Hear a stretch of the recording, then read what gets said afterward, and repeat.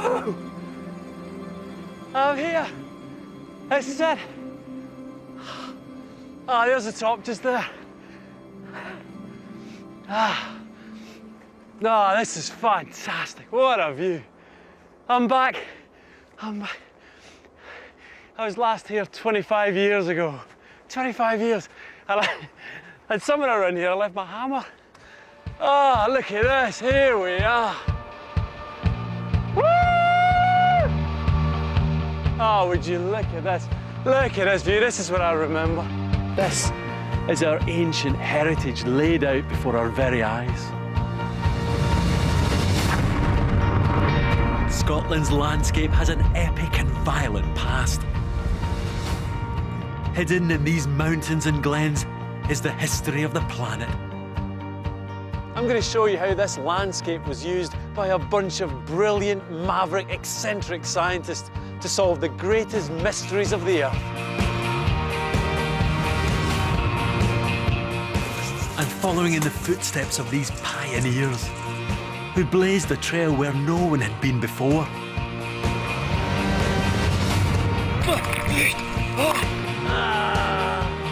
They showed vision and determination to piece together baffling evidence and uncover the forces that shape our world. Wow, God, that's so hot. It's all out there if you know what to look for. Written into the Scottish landscape is the story of the entire planet.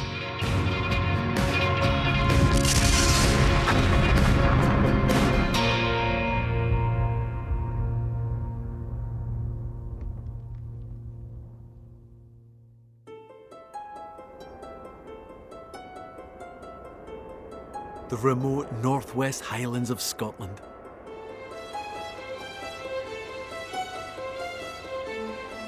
Ever since people were first drawn to these mountains, they wondered how they were formed. How did they come to be so high, so dramatic?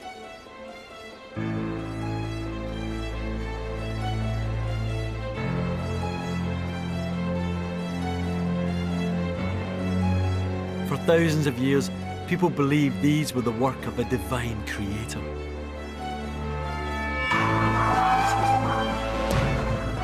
But by the 19th century, a new branch of science had emerged: geology. Scientists began to ask bold new questions about how our Earth was formed. In 1855, a geologist named Roderick Murchison was on his way to the Highlands. Roderick Murchison was an establishment man. He started off in the army, and then he married into money. And it was at his wife's suggestion that he took up geology as a more purposeful pursuit than his hobby of fox hunting. Murchison was the most famous geologist of the day. Head of the British Geological Survey, he was an authority throughout the British Empire. And he started the process that led, over the next century, to a true understanding of the way the planet works. Murchison believed that he could explain how the magnificent Scottish landscape had been formed.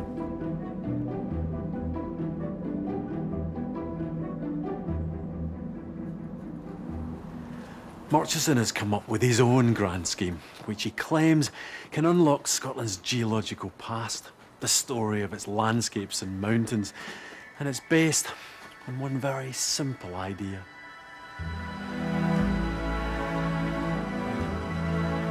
The start point for Murchison's grand scheme was very logical. All of Scotland's mountains and landscape were made up of layers of rock, laid one on top of another over time. There was much to be said for this idea. And you can see why if you come to one of the most dramatic and inaccessible landforms in Britain. The Old Man of Storr on the northwest coast of Scotland. First, there's just a small matter of getting to the top. I dare say that what I'm about to do Wouldn't have fazed Murchison at all. But for me, this is a bit of a leap into the blue, really. Literally. What could possibly go wrong? Ah! Look at this! Woo! Oh, it's quite far, isn't it? Blimey heck. This may seem rather extreme, but when I get there, this stack will show something very important about how the landscape is formed. Woo! Ah. Final push. Oh, here we go, let me touch it. A stack of stone.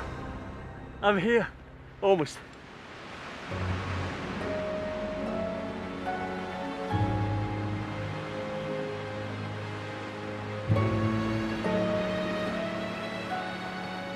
The sea stack I'm standing on has been scoured by the sea, so that it's completely detached from the headland. And that means it gives this wonderful three-dimensional slice right down through the landscape. Feel as if you're on the top of the world here.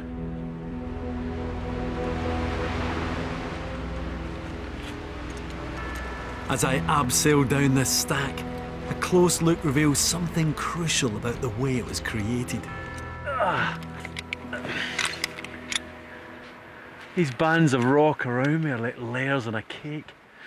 Murchison and the early geologists recognised that rocks like these started out as soft sediment laid down by water and then solidified, building up one after another over millions of years. So that means that the rocks that are maybe, I don't know, what, 20 metres below me are millions of years older than the ones here, and maybe tens of millions of years older than the ones at the top of the stack.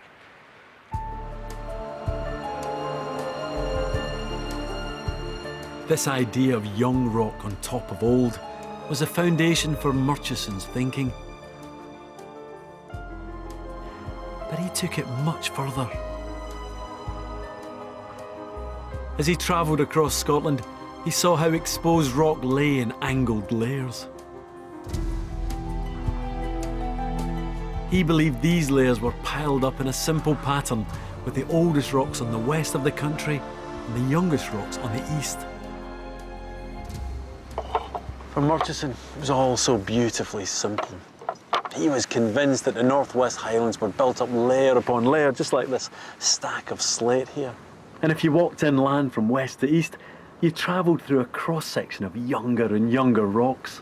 Because Murchison was the top dog of geology, for 40 years this grand but simplistic scheme becomes dogma. It was all very logical and plausible, and the evidence seemed to stack up. Murchison was so sure he was right, he used his influence to outmaneuver his rivals and quash any alternative theories. But if only it had been that simple.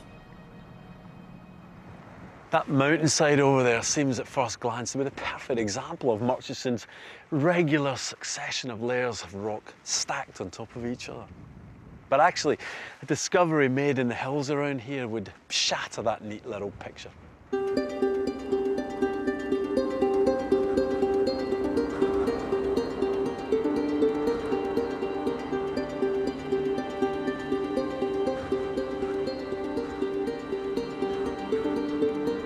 In 1882, a former school teacher came to a wind-blown shepherd's hut overlooking Loch Erible on the very tip of Scotland's north coast.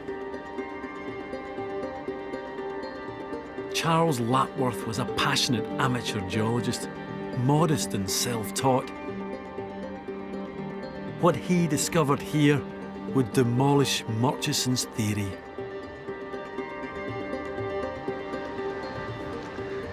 When Lapworth came here, he stayed in this old shepherd's hut and for weeks braved the elements and went up daily, wandering into the hills to do his work. And the key to the phenomenal success that he had up in those hills was his painstaking methods. He even would wear this special coat, which had all these pockets in it. It's kind of like a portable filing cabinet. And in there he would collect little samples of rocks and samples of fossils and tuck them away. And that allowed him to cover the ground inch by inch, collecting samples as he went in incredible detail. Far more detail than that practiced by the so-called expert geologists of the time. Lapworth suspected that Murchison's theory was too simplistic, and he was unwilling to accept the established view. So he set off into the hills in a bid to solve the riddle of the rocks.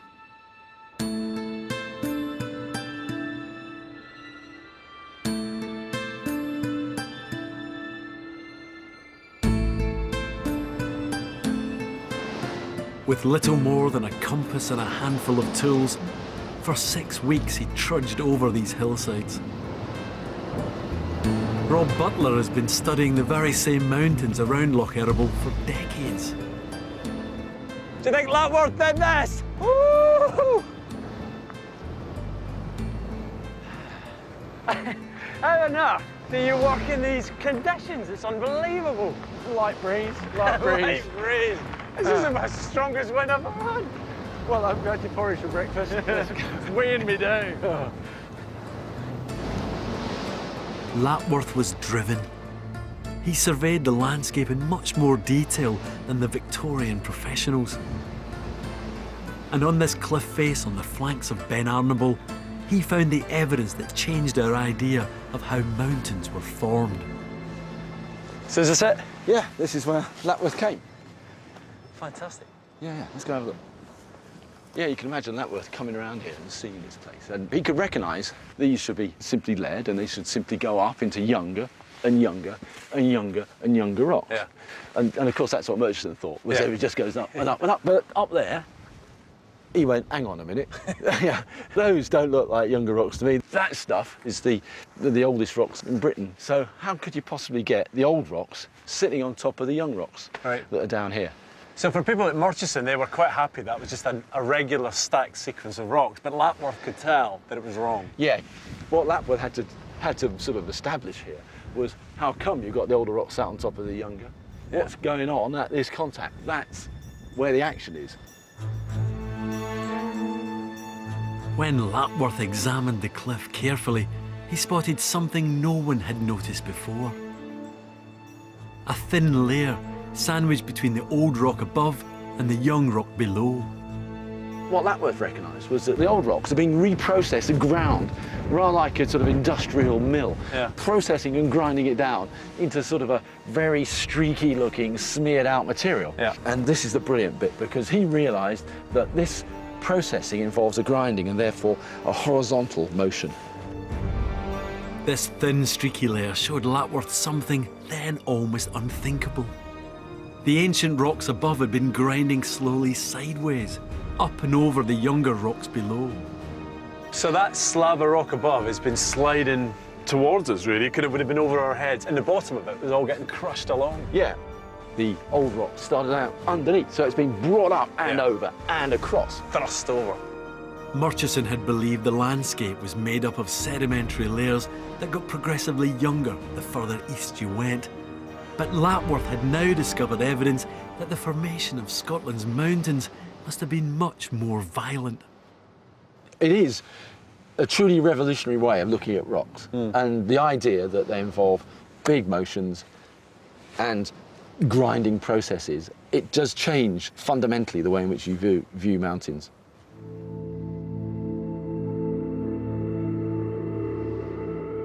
Lapworth saw that mountains could be built in a whole new way. The layers of rock didn't follow a simple sequence of youngest rocks on one side of the country and oldest on the other. They could also be thrust up and over each other by massive sideways movements of the earth.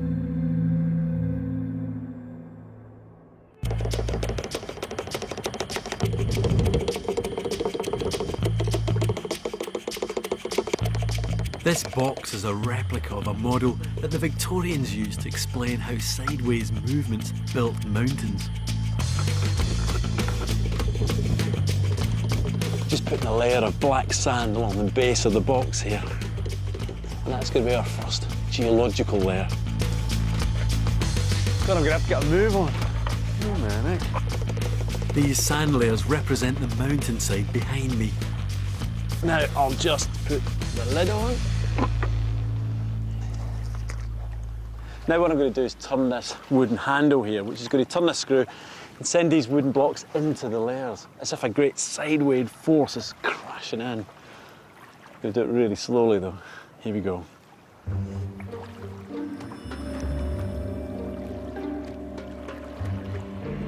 Here we go. There she goes, look at that. It actually works. You can see that this slab of rock strata has been thrust up and over on top of this slab of rock strata, which is exactly what Lapworth was saying. Look at it go. Look at it. It's like a bulldozer. It's exactly what it's like. That is beautiful. I never thought it'd be this good. A whole series of zigzags are forming. And what we're doing, most importantly, look behind. We're building mountains.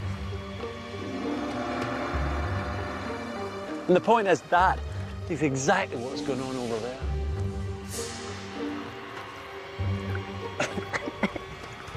Get out of here.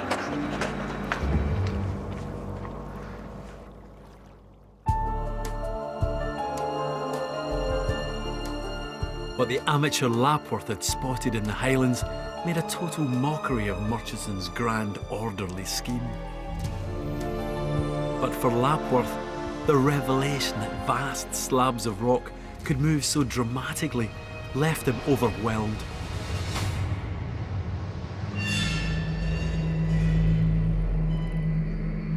Whether it's the excitement of the discovery or the relentless pace of the work, it all proves too much of a strain. Nightmares plague Lapworth. He tosses and turns at night, imagining the weight of great sheets of rock grinding above him. Some say he suffered a nervous breakdown.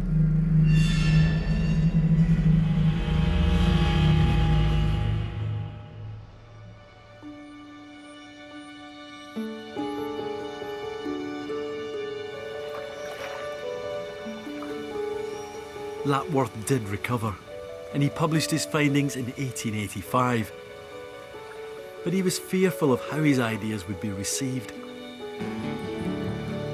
And for good reason. The geological establishment didn't want to be upstaged by a mere amateur. There's a final ironic twist to the story. Recognising that trouble was afoot, the Murchison camp sent in their crack team, Ben Peach and John Horn, two of the survey's top geologists that were so good and so inseparable, they were dubbed the Heavenly Twins. Peach and Horn were a perfect scientific partnership. John Horn was analytical, but Ben Peach was as much an artist as a geologist. His paintings capture brilliantly the structure of rocks and mountains. The Heavenly Twins set off into the Highlands with a very particular mission. Their job was to kill off the Lapworth idea once and for all. But to their surprise, instead of demonstrating that he was wrong, they proved that Lapworth was dead right.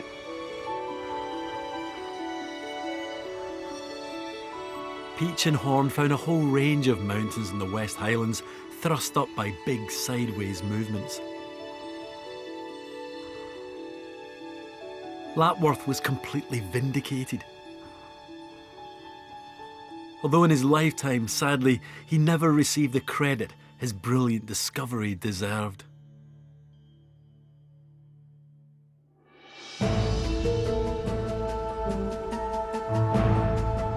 The mountains of Scotland had revealed that the world was now more violent than had previously been thought. Rather than a simple build-up of layer upon layer of rock, landscapes were also clearly formed by huge forces that could thrust billions of tons of rock up and over itself. This realization only created fresh puzzles for the men of rock. Where did these massive movements in the earth come from? What could cause solid rock to move sideways so powerfully?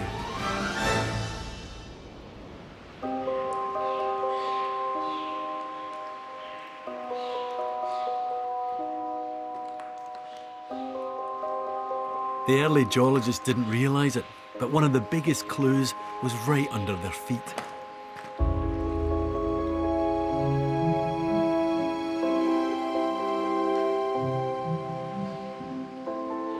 It was lying deep underground in the very same corner of the Scottish Highlands.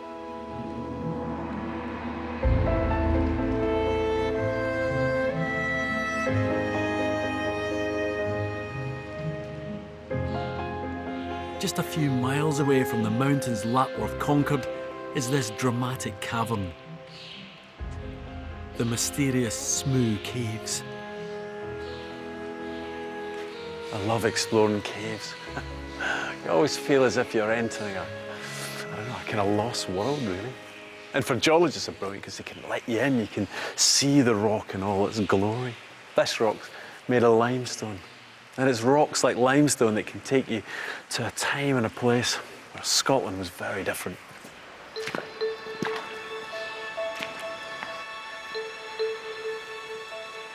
There's a whole swathe of these types of rocks running up and down the West Highlands. What's special about them is something they contain. As Peach and Horn investigated Lapworth's theory, they made an extraordinary discovery of their own.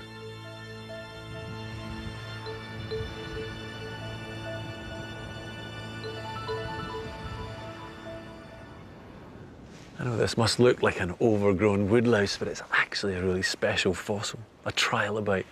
500 million years or so ago, you'd have found them swimming around in the warm shallows.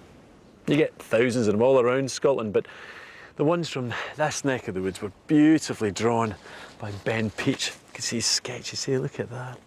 Fantastic artist. And he's got this exquisite attention to detail. But even more amazing is the story they tell. These seemingly insignificant little fossils date back 500 million years.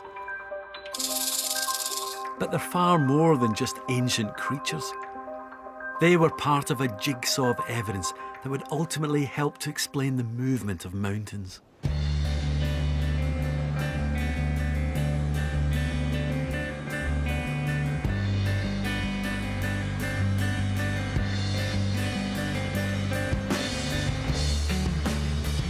I'm drawing out a map to show something intriguing about the trilobites.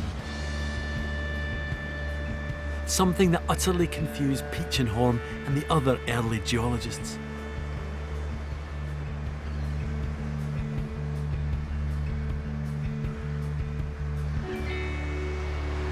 Thing is, it's not the trilobites themselves that were important. It was the type of trilobites and where they were found. The trilobites that were found in England and Wales are the same type that they found right across continental Europe. But they were completely different to the trilobites that we found in Scotland. The Scottish ones were the same as those that were found in places like Greenland and Newfoundland down here. In other words, similar to those in North America. The big question was why?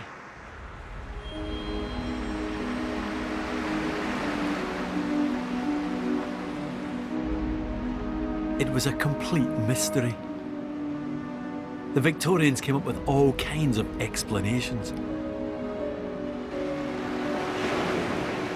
One idea was the trilobites had crossed over on a bridge of land between Scotland and North America, which was washed away during the biblical flood.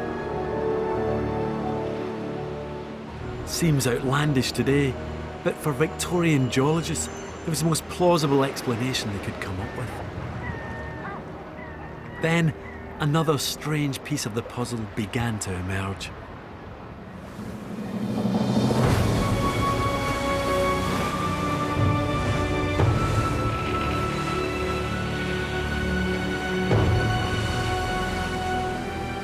December 23rd, 1872, a ship set sail for an epic voyage.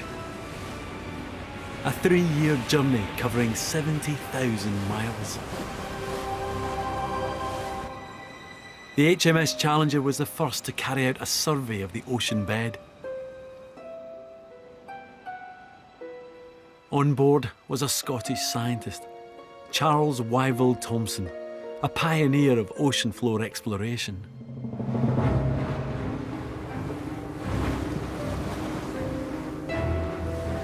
Sailors and scientists knew very little about the depths beneath the waves. Thomson's survey laid the way for the first network of deep-sea telegraph cables and a new era in communications. To survey the seabed, Wyville Thomson's ship had miles and miles of rough hemp rope, at the end of which was a lead weight. Now what they would do is they'd hang this over the edge and just chuck it overboard, really. The lead weight would plunge to the bottom. That was the easy bit. The hard work starts when you're hauling this thing back in. It must have been absolutely hell. I mean, you can imagine doing it when the boat's pitching and tossing. The rope's just slicing through your fingers. It's cold, it's wet, you're miserable, you're exhausted. And all the time you're trying to count the number of fathoms that you're hauling up. And at the end of it all, you've got a single measurement of the depth, and you've got to do that thousands more times.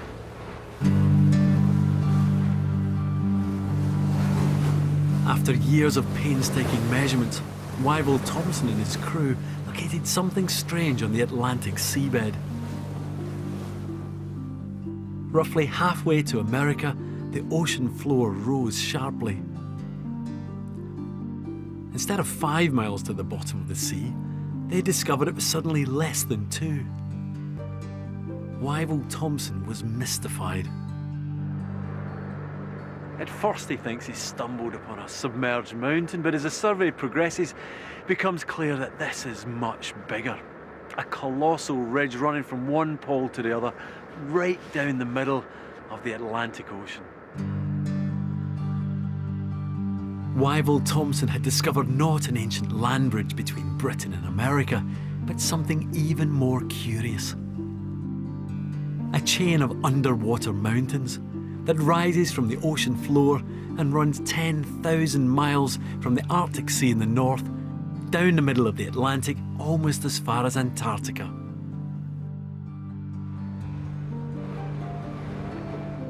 The origins of this mid-Atlantic ridge were a complete mystery.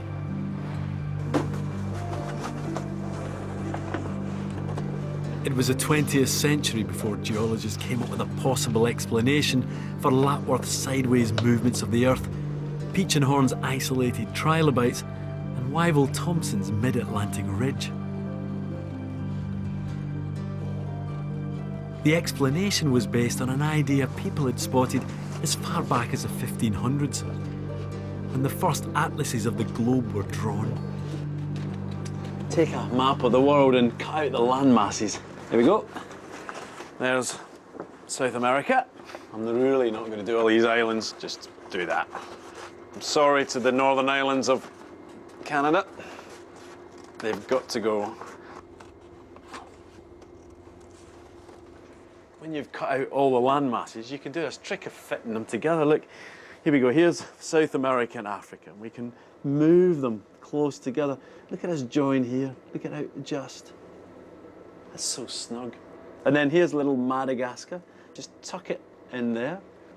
And here's India. You can move India up, and it just tucks in here. And then look, North America, you can just bring down and fit snugly into there.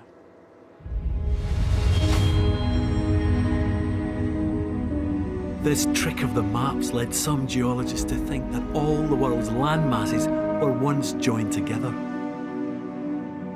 and that they'd slowly drifted apart and rearranged themselves over time. An idea they began to call continental drift.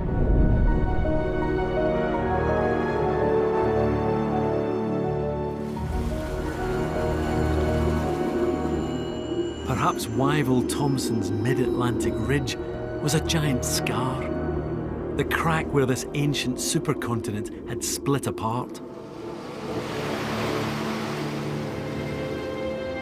Continental drift was a very clever theory, but what could cause it to happen?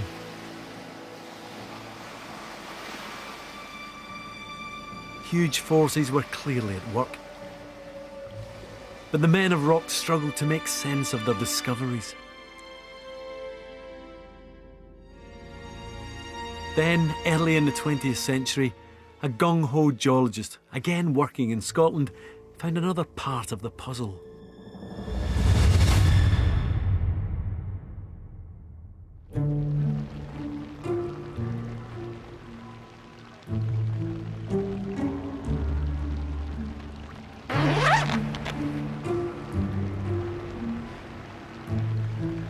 The Highlands near Glencoe. For many, a wet and sometimes miserable experience. Back in the early 1900s, an intrepid young geologist, Edward Bailey, had a bracing daily routine out here.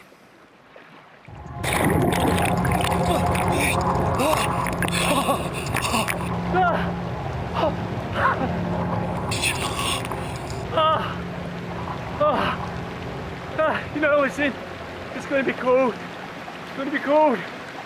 But boy, it's cold. I knew it was going to be cold. I knew.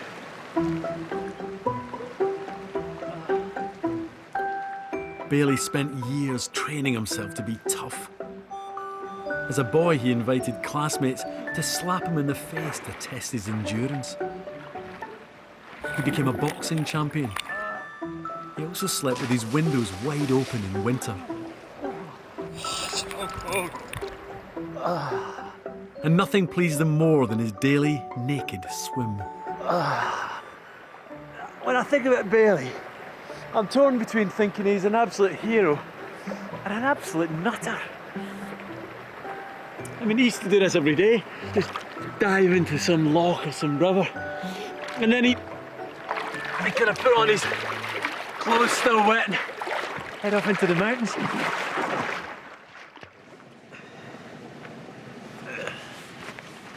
Here's me with all the gear, but that wasn't the style for our Bailey. Look at him. He's got these all-weather shorts. Look at him in the snow. And when the survey told him that wasn't professional enough, he told him to stuff the job.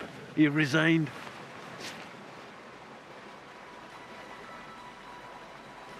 No one could ever argue with Bailey. The shorts stayed on.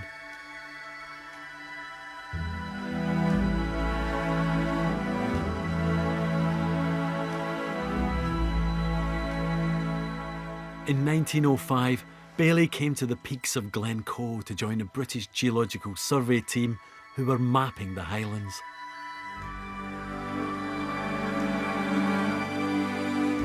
What they found was evidence of an explosive era in Scotland's ancient history.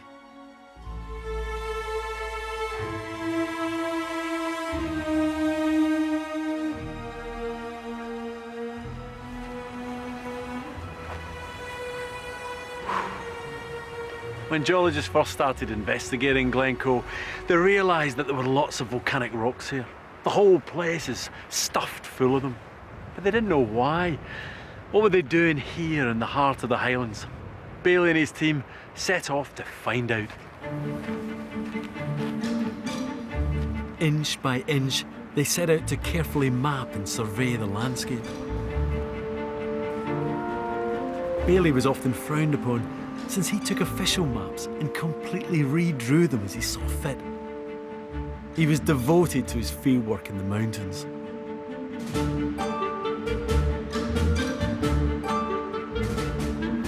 He famously used to eat his lunch straight after his breakfast so he didn't have to carry it.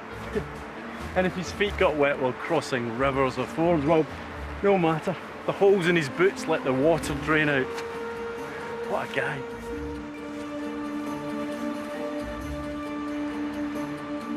As Bailey climbed through Glencoe, he began to follow a dramatic crack up the side of the mountain.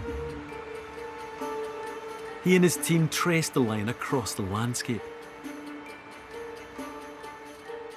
And when they drew up their map, it revealed a giant circle.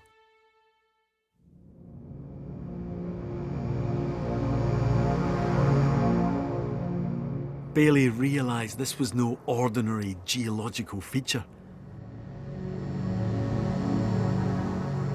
He wondered if it was the mouth of a massive volcano.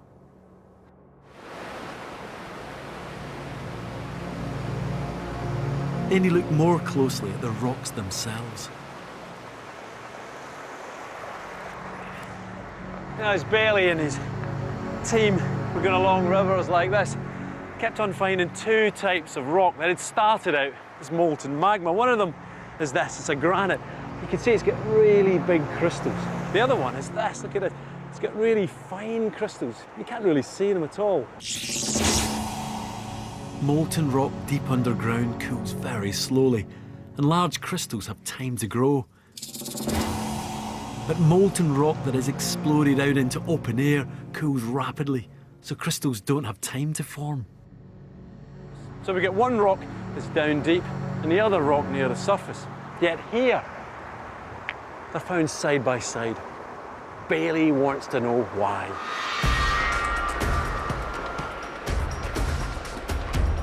Then Bailey made a connection. The two rocks and the huge circular crack in the landscape told him he was stood on the remains of a very special kind of volcano. One that would reveal the enormity of the forces that had shaped the continents. I'm going to build a model of how he saw it working. I know this looks crazy, but I'm making my own wee miniature version of Glencoe. I know this barrel's just got mud and water in it, but to me this is a subterranean pool of molten rock. Magma. It should be red hot, really. And the thing is, this magma is erupting up and spewed out the surface of a volcano. And what I'm going to do is build the top of that volcano. When volcanoes erupt, the lava and ash builds up, higher and higher, forming a huge heavy cone at the top.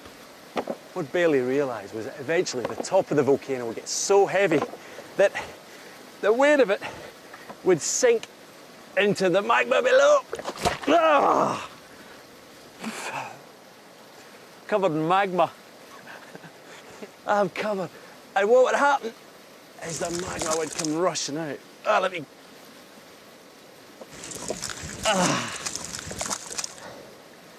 Bailey realises that the volcano's broken along that circular fault line and collapsed violently in on itself, creating the most almighty explosion. And that explains why those two rock types, one at the top of the volcano and the other deep in its roots, are now lying side by side. What Bailey had discovered is a colossal new type of volcano, a caldera.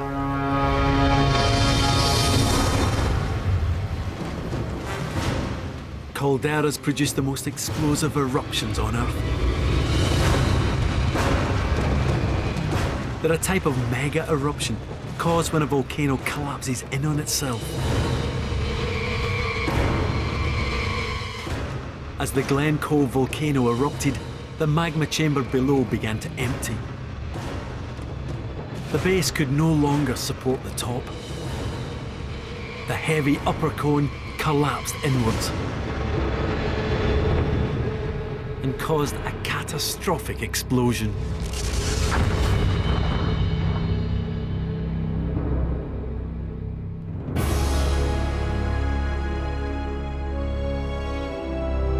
Bailey had identified one of the biggest supervolcanoes in Earth's history. For 45 years, he mapped monuments to Scotland's violent volcanic past.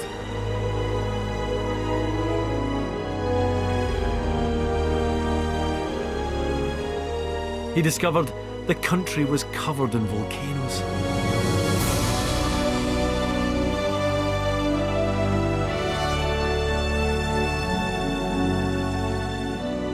Bailey and his fellow geologists surveyed a great line of them stretching along the islands of the west coast of Scotland. Ardnamurchan, with its perfect ring structure. The cliffs on Egg, solidified sheets of molten rock. And the mighty Coolin Ridge of Skye. But did Bailey's discoveries have anything to do with trilobites in the mid-Atlantic ridge? Could his discoveries help explain the theory of continental drift?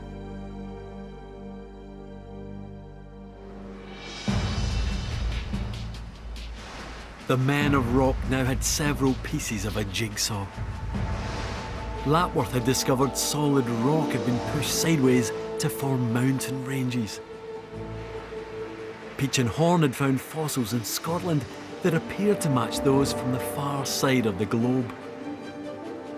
Bailey had revealed the immeasurable power inside the Earth. And Wyville Thomson had uncovered a giant ridge on the seabed. But no one could understand how they were linked. They had observations, but nothing to tie them together. It would take a geological genius to solve the puzzle.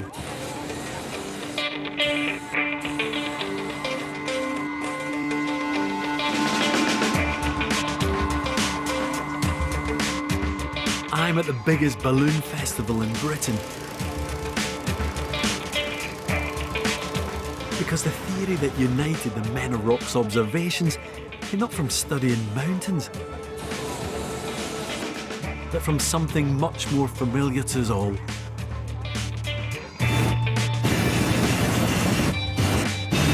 Heat. I love watching this, just the effort to get these things off the ground, all the noise, the action, the heat when you get close. And it's a real battle. You can see them fighting with the balloon as if the balloon doesn't really want to go up, but that hot air just keeps on piling in there and then eventually accepts inevitable and just rears up. And that really is what's driving it there, just hot air. It's pure physics in action.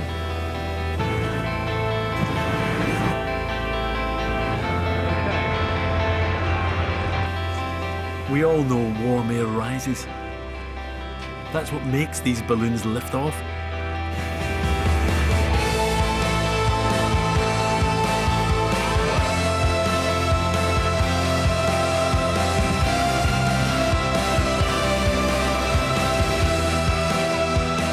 It's a simple but fundamental principle of physics.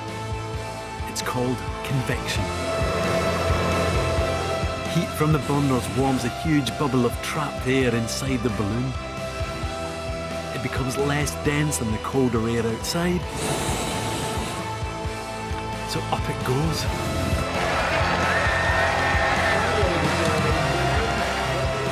And it's this principle that would turn another man of rock into the unsung hero of geology.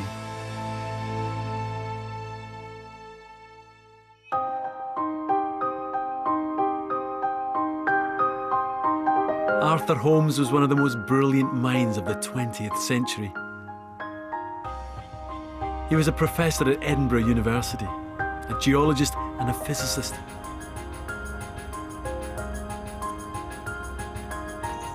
He was fascinated with the heat deep inside the Earth.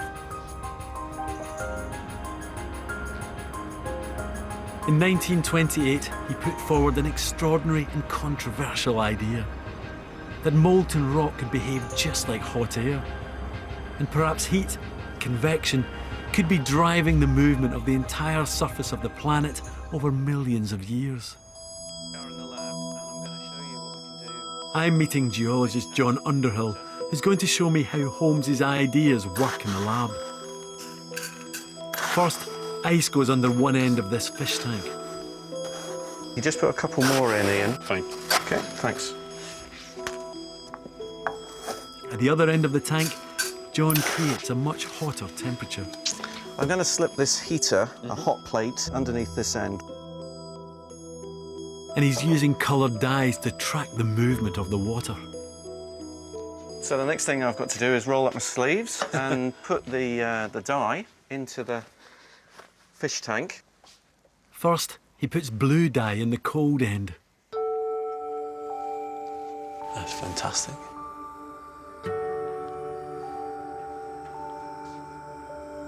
In the hot end, he puts red dye.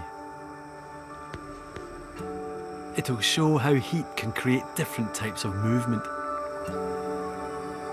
It's quite hypnotic watching it. Now I see it starting to spread. Oh, you can actually see it starting to go up there. And this is convection. Beautiful, isn't it? The hot plate makes the warm, red water rise, just like the hot air balloons. On the other side, the cold water is denser, so it sinks. This rise and fall makes something crucial happen. This is where it gets really interesting, Ian, because it's going to hit the top surface, nowhere to go. It's going along. So it's going to now start to go horizontally. That is gorgeous. And we can see it moving sideways and then actually starting to come down. You can see it starting. I mean, this is the crucial thing, Ian. We've got horizontal motion of the water column. So a conveyor belt is set up. The cell of convection is set up. This was Holmes's big breakthrough. The rise and fall of heat drives sideways motion. He realised that if this was molten rock, not water, you'd have a conveyor belt that powered massive movements of the Earth's crust.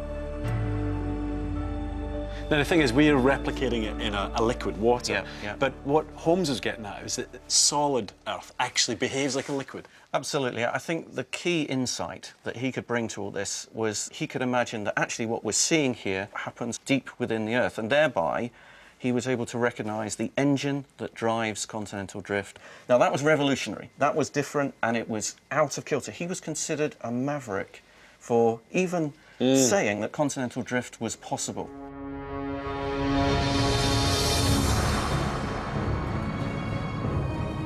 Holmes proposed that heat from the Earth's core drives semi-molten rock to the surface. It splits apart the crust of the mid-Atlantic ridge.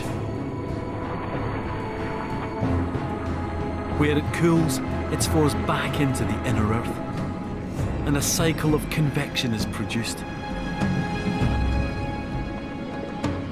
This was Holmes's great insight.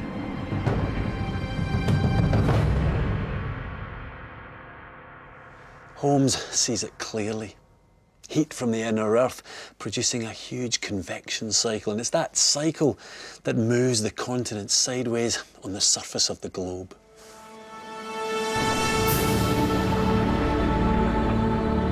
Now, at last, the jigsaw puzzle was complete.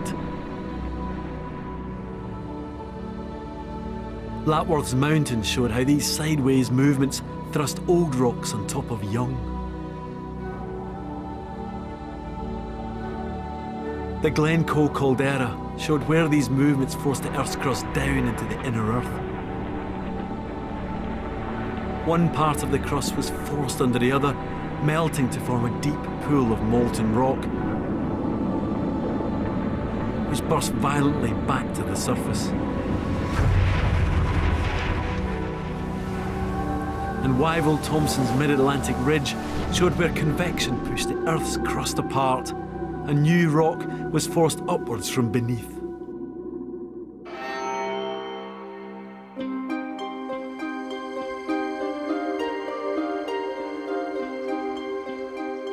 In World War II, Holmes spent many hours on firewatch duty. He had the time to write down everything he knew about geology, and also his most radical ideas. And in 1944, he published his work, The Principles of Physical Geology, which went on to become the single most important geology book of the 20th century.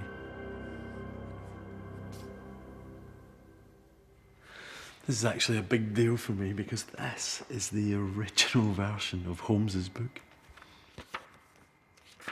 It's fantastic leafing through it.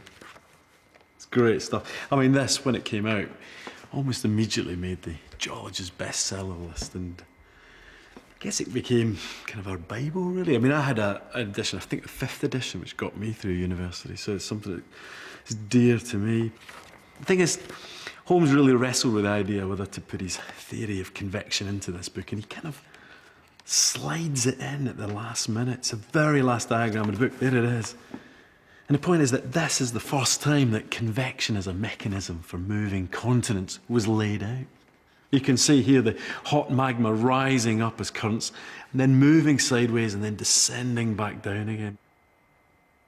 It's interesting here, I just noticed this as this is to illustrate a purely hypothetical mechanism for engineering continental drift. He's hedging his bets here, he's covering his back. He knows it's controversial, so he's kind of going, well, look, if it did happen, this is one way it might happen. But you get the impression, the very fact that he's got it in there, he knows this is, he really believes in drift, I think. It seemed like the perfect theory. Now all it needed was the proof. It came from a horrifying source.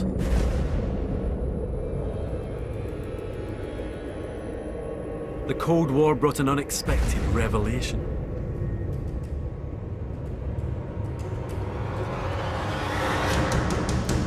When a worldwide treaty banned nuclear tests in the atmosphere, bombs were then detonated underground.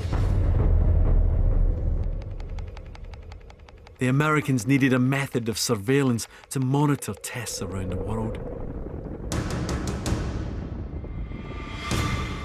They set up a global network of seismometers to listen in on the tremors on the ground. Then, as they looked for telltale vibrations from enemy nuclear tests, they found something completely unexpected about the structure of the Earth.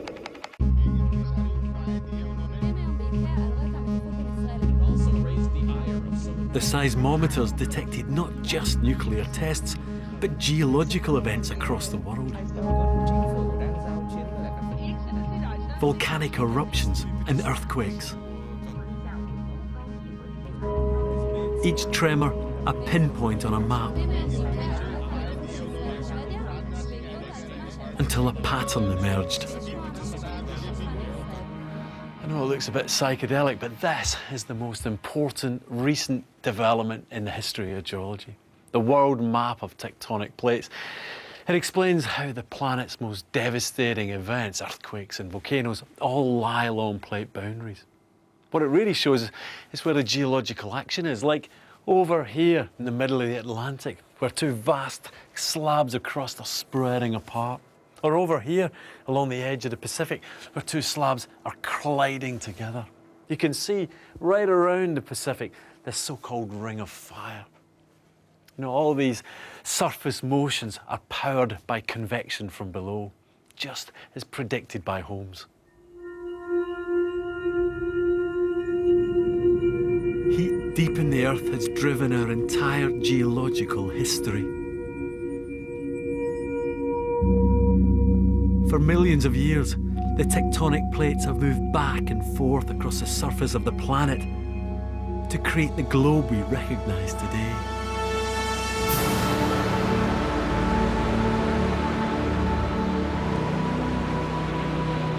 The movement of continents explains the mystery of why fossils from Scotland are so similar to those found thousands of miles away across the ocean.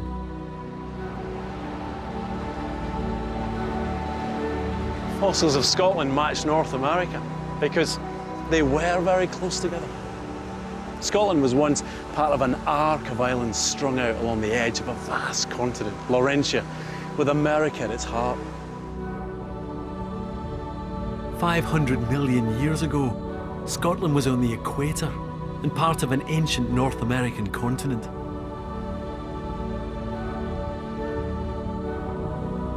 Thousands of miles away, separated by a vast ocean, England was part of a different continent too. Over millions of years, those two ancient continents collided. And Scotland finally came together with England in an incredibly slow but immensely powerful act of union.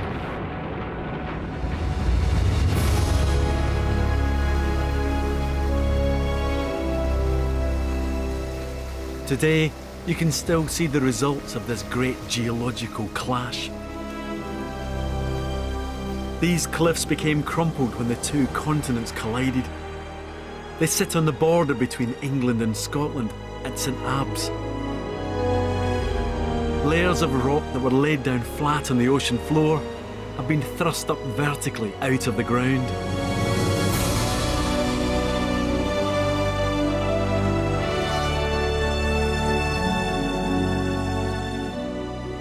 For geologists, it's one of the most remarkable places in the British Isles.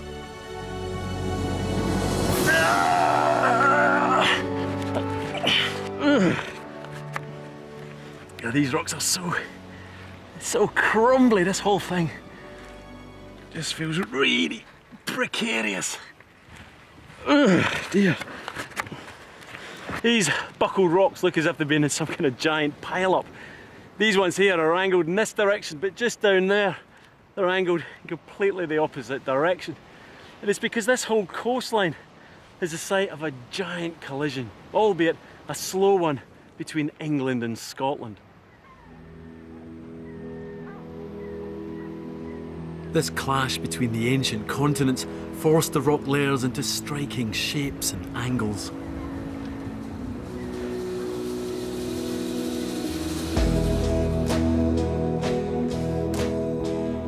And it's this collision with England that forced up the mountains of Scotland, fueled volcanic eruptions, and shaped the landscape.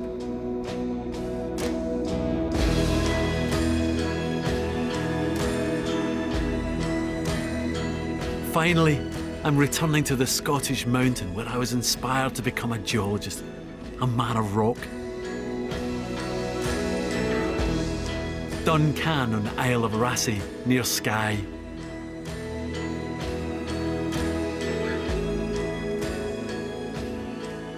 This mountaintop's so important to me because it's where I first learned to read the rocks, read the landscape.